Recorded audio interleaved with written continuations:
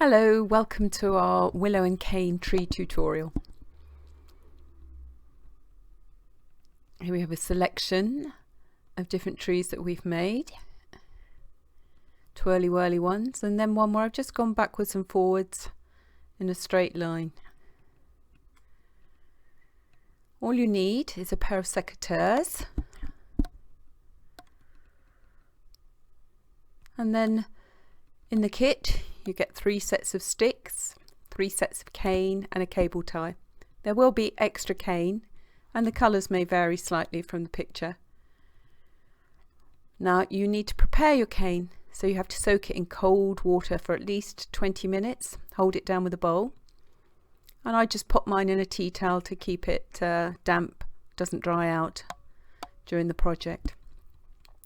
I'm making the smaller one, so I've taken the 3 sticks, 2 short, 1 long, my reusable cable tie, so don't cut it, you're going to need it for all 3 trees, about 4 to 5 centimeters from the top. This is the trickiest part, getting this right, and you see you twist, so the 2 shorter sticks come out and you create the shape of the tree. Now the cane comes in rings, and it does take a little while to unwind. Took us ages to wind it up, and this one's been dyed green, so the water might have gone a little bit green as you soaked it. And here we are. So my cable tie is quite tight and I'm going to do a narrow tree, but you just do a little bit of weaving first of all, then determine the shape. So you pop the cane in between the 2 sticks on the left and then wrap it round and round the outside twice. That is really important because it holds. If you just go around once, it loosens up as the sticks move. But if you make it too tight at the top, the tree will be too narrow. So as you see, in and out, and I keep turning the work, constantly playing with what I would call the trunk of the tree and the sides of the tree, so I get the shape I want. Now I'm just really showing you techniques here. You can do anything you like. So it's always wrap around the outside twice, easing it open, looking at my shape, and I'm going to go backwards and forwards, twisting and turning, pulling it as tightly as I can without pulling the sides of the tree in. Again, just make a minor adjustment. And you won't be weaving this fast. I'm just doing it to show you how it works. Round and round. Gets easier as the gaps get bigger. So if I were you, I'd probably start with the middle-sized tree.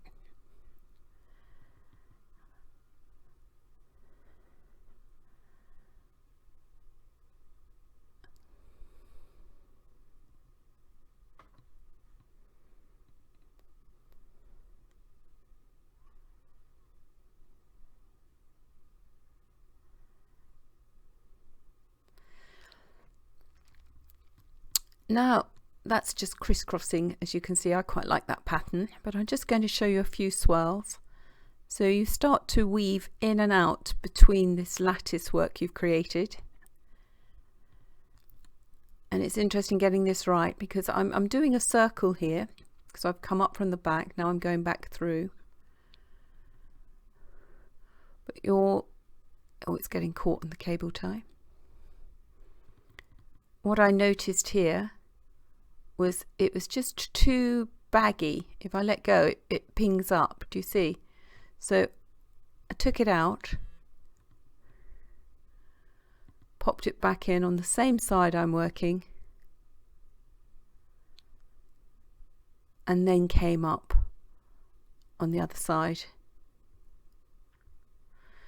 Now I'm going to finish that in a minute, but I'm taking off the cable tie, and then I'm going to show you how to tie the top as I've woven back up. So you go round and round, you bind it really tightly. Don't come across the front because that will show. Turn the work over And I'm just looking for the best place to pop this. If I go over there, it'll be a bit of a long straight piece, so I'm coming right in as close as I can to where I've bound the top.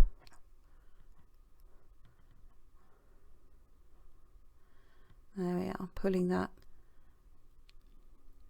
and then I'll do a little bit more weaving.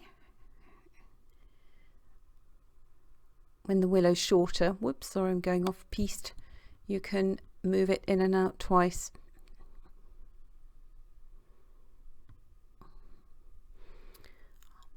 I'm going to make a decision here. It gets kinked at the back, so I didn't loop that one very well, but that's okay, you can just straighten it out. There we are. Do I want to come round and up? No, I'm going to leave it there. So you then get your secateurs or anything that's quite sharp, you cut it here, and the top, I like to trim the tops up, so they're quite sharp secateurs for this. There's another little bit of cane sticking out on the left. There we are, and that's all done. What we did then was we mounted them on a log. So lots of possibilities, decorate them with lights. Happy weaving.